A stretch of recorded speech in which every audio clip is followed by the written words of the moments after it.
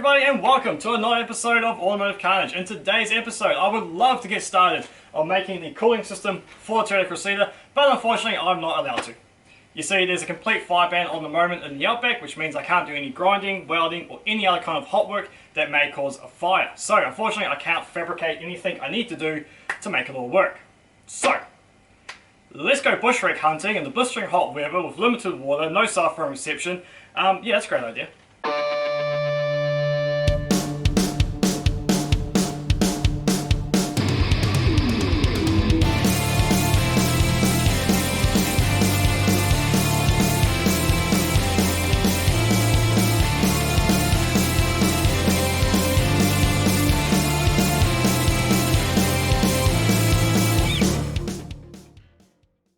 So yes, welcome to Automotive Carnage. My name is DJ and today we are going bushwreck hunting in the outback of Western Australia. Now it's been a while since I've made one of these videos and today I've decided to bring you to a rubbish dump. But not just any rubbish dump, this is an old rubbish dump. So this was the original dump used in my town from about the late 1800s through to about the 1950s, early 60s. So there's a lot of old vintage gear in this dump. Well, what's left anyway? Obviously over the last 100 odd years people have picked through it and taken the cherry pickings of the good stuff, and we're left with a bit of rubble here and there. So it's an era of vehicles and parts I don't know too much about. So today's not so much about an educational video. Today we're just going for a walk in the bush and seeing what was left behind and discarded by the pioneers of this area and their second generations. So let's get into it. Over here I've got a 1970s Corona beside me. Over there I've got what's left of two old International trucks. Behind me I've got an old Dodge chassis somewhere in there, and somewhere in those trees is a 1958 Ford Fairlane. Let's go check them out. Well, now that I've just talked up this 100-year-old rubbish dump and all the vintage gear, let's start with a 1980s vehicle because that makes sense. So what we have here is a 1980s Corona RT. I can't remember the chassis code because someone has taken the tags, and last time I was out here this car did actually have its tags just up on the firewall there. So I do have a photo of that. Hopefully I've still got that, and that will then obviously tell you what this car was. So this happens a lot with the cars really close to town. The firefighters need to practice their jaws of life. They're all volunteers and we're all very lucky to have them, but they do destroy vehicles. None of them are a car person or appreciate the old vehicles, and especially something like this too, because it is just an old Toyota. It's nothing too interesting. I do like the liftback style though of it, which I haven't seen too many of those around. But yeah, it's a real shame. We've seen some DeVilles and Falcons and that over the years that have just had their roofs chopped off, but hey, at least they're learning a vital skill and hopefully none of us actually need them to perform it. Anyway, let's move on from the new stuff and over this way we'll go for a bit of a wander. Hopefully we'll find something on the ground that's of interest. But there's the old International cabs, or what's left of them. It's pretty much just their firewalls now, which are really interesting. See, like here we go. What do we got here? The side of an old truck of some sort, the vents. That's really cool. What else we got lying in the dirt here? Some old bicycle wheels, heaps of old hinges and engineering gear. Lots of cans, lots and lots of cans. So anyway, let's scooch on over here. So as we approach the old firewall here, I do apologize for the wind noise. I am in the process of getting a lapel mic, so hopefully that will limit a lot of this this horrible noise that you guys have to put up with when I'm filming. But check out this. Someone's had a good hack on it. Now I did find out it was an International, because there it is on the running board. Oh, let's get it around the right way so you can actually see. That will look pretty cool on someone's shed wall. But yeah, it's a bit of a shame there's not too much left of that to use. But over here, there's a spare one, just in case you might need some parts. That's really cool. I love the style of these old trucks and old vehicles. And over this way, I think I just saw it, there's another running board, I guess you call it, front fender, just lying in the dirt here. A lot of them were just discarded back in the day and they've just been crushed up because obviously they weren't made too strong. So I have no idea what it's off, but I love seeing the ingenuity of repairing the vehicle. So we'll just get some tin off the shed, boys. Yeah, we'll just bolt that to it because we don't have any kind of welding equipment, and should be good to go again. yeah, I mean, whatever it takes to get the vehicle running. I mean, what's going on with the wire out the front here? Was that to hold the lights on? Or who knows what? Ah! And you really gotta watch your feet when you're out here.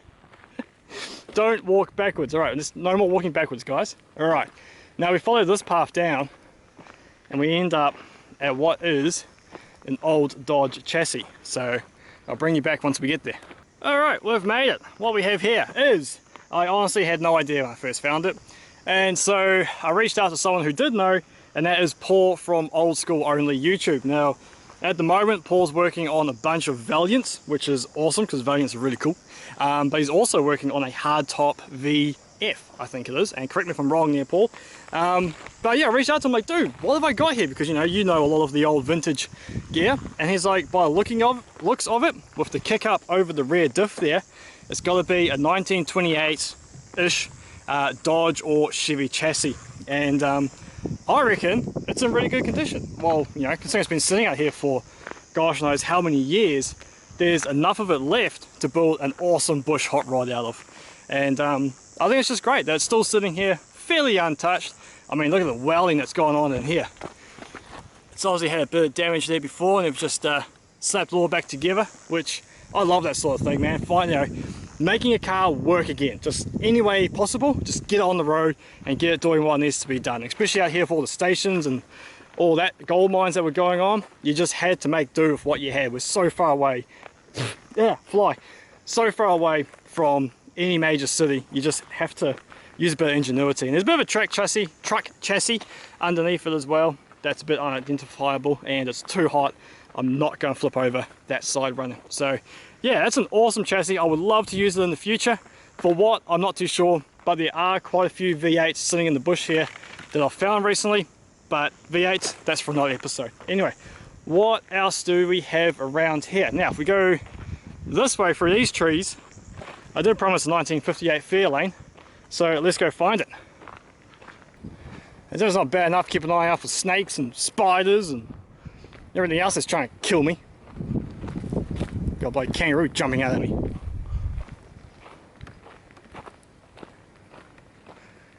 I swear, there's a Fairlane around here somewhere. Where'd it go?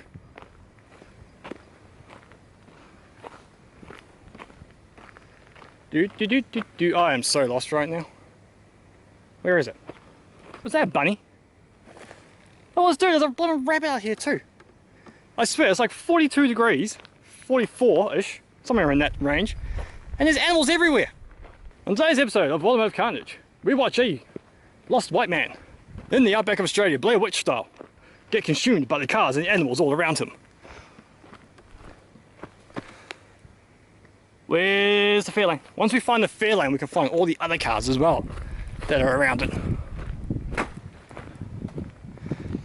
Notice there's a bit more shade now, these trees. Oh! I left my water in the car. Dumbass. Oh, Fairlane. Where are you? Oh, car parts. What have we found over here, guys? Maybe I should make this like a longer, unedited episode, and you just come along with me and be like, he's lost. He's a loony. What's he doing? I'm exhausted, but let's try to explain what we got here. We have early intake manifold off of something 6-cylinder. We've got probably the automatic, no, it's manual transmission that would go behind it. Oh, there's another head, an intake, sump, another transmission, gearbox, torque converters. Oh, those are big hubs, whatever they are. Little 4-cylinder intake and external diffs. Oh, I don't see the diffs. There's just like little stashes like this everywhere, man. This is honestly what it's like when I go for a walk in the bush. And I'll bring you along for it. That's it, I'm not editing this part. Unless I get completely lost and have to do jump cuts. But otherwise, you're coming with me. Oh, look, there's a car. Hey, if that's a car that way, there's another car that way, which means the Fairlane. Ah, there you are. I got you now. I don't know where Skippy's gone. He's probably hiding behind an old barrel to jump out at me. Okay, here we go. Nope, that's not the Fairlane. That's something else. So you've got some corrugated water towels or containers and a very, very crushed and mutilated vintage. I'm going with truck because it seems to be a lot of truck gear around here, not too much of the old vintage car stuff. This has all just been dozed up into one pile. There could be some good parts in there. Doubt it. Anyway, hey! Look at that. There's an early fairlane. Told you there was one out here, and you didn't believe me. Look at this poor thing. This would have been, oh mate, would have been a sight to see back in the 50s. What an absolute monster of a car. Look how big it is. It's enormous. And I honestly don't think there is a single panel that is savable on the old girl. But you definitely get the idea that, yep, that was a beautiful fairlane back in the day. So cool. So if I remember correctly, these ones were the first Australian built, or were these the last of the imported? Someone will correct me on that. It's somewhere in that area. There's a big blooming pie dish, tail lights on there. That's so cool. Now, when I first found this car, I thought it was like a Chevy Bel Air because I don't know this era of vehicle. And also it says a custom line along the back there, whereas I thought it said Chevy. What a beautiful old car that would have been. Now, I don't think there is anything savable on it, which is a shame. But anyway, let's go check this one out over here. Do do do do do. Do do do do do do do. Somewhere in the past, someone's just come through with a dozer or a front end loader and just pushed everything up into big piles. Yeah, we'll get to him soon. Let's just check this one out. What have we got here? Very crushed, unfortunately. Again, another one that's not going to be too savable. Oh, early Falcon. Early Falcon XM, XP, somewhere around that era. Oh, that was a wagon too. You see that? Nice. Absolutely munched. Engine's gone, driveline's gone.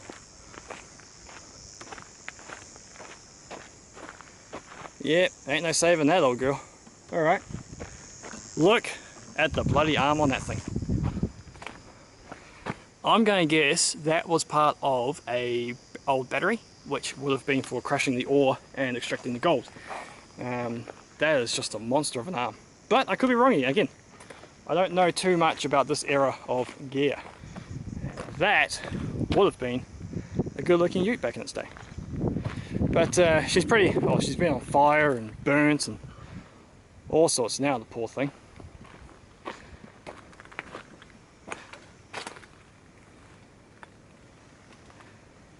I need these. I need these. I have an idea for these as well, for the Crusader. But now that I know where they are, that's quite handy. Oh, there's a steering wheel for it. What a shame. Just crushed up in an era when they just weren't worth anything, really. Look, it's still got the engine in there too. Oh, that's a big engine. 220 on the sump. Does that mean anything to anyone? Big truck chassis in there as well. Massive. Really cool. I love this spot. There's just so much to see around here. But unfortunately it is all crushed and abused. But there's some shade, which is lovely on a 40-degree day. What we got here? This is just all more junk, tin, random assortments of parts. Oh, somewhere over here, somewhere, is a Beetle. And I know people love Beetles. That's a very twisted chassis, the poor thing. Yeah.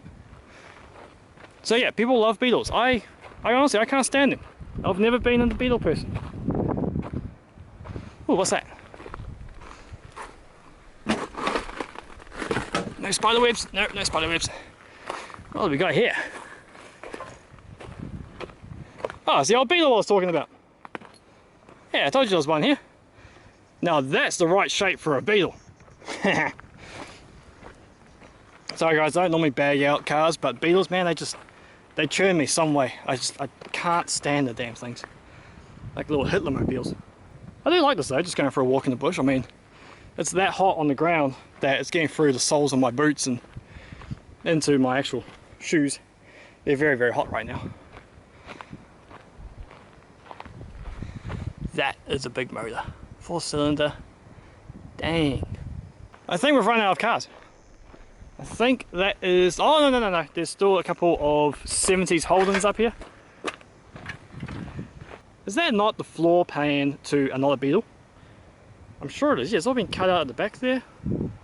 Huh, there's another one here.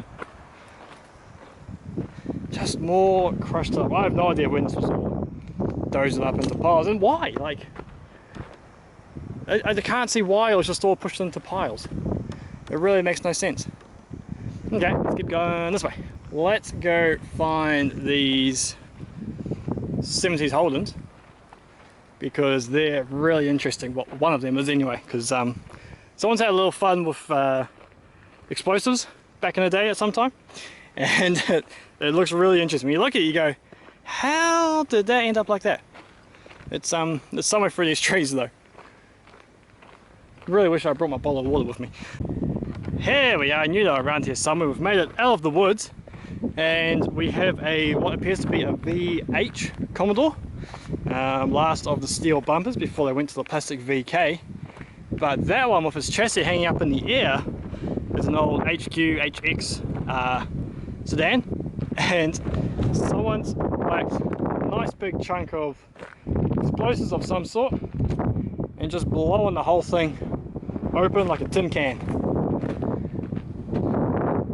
Absolutely crazy. Oh, and that wind noise is atrocious.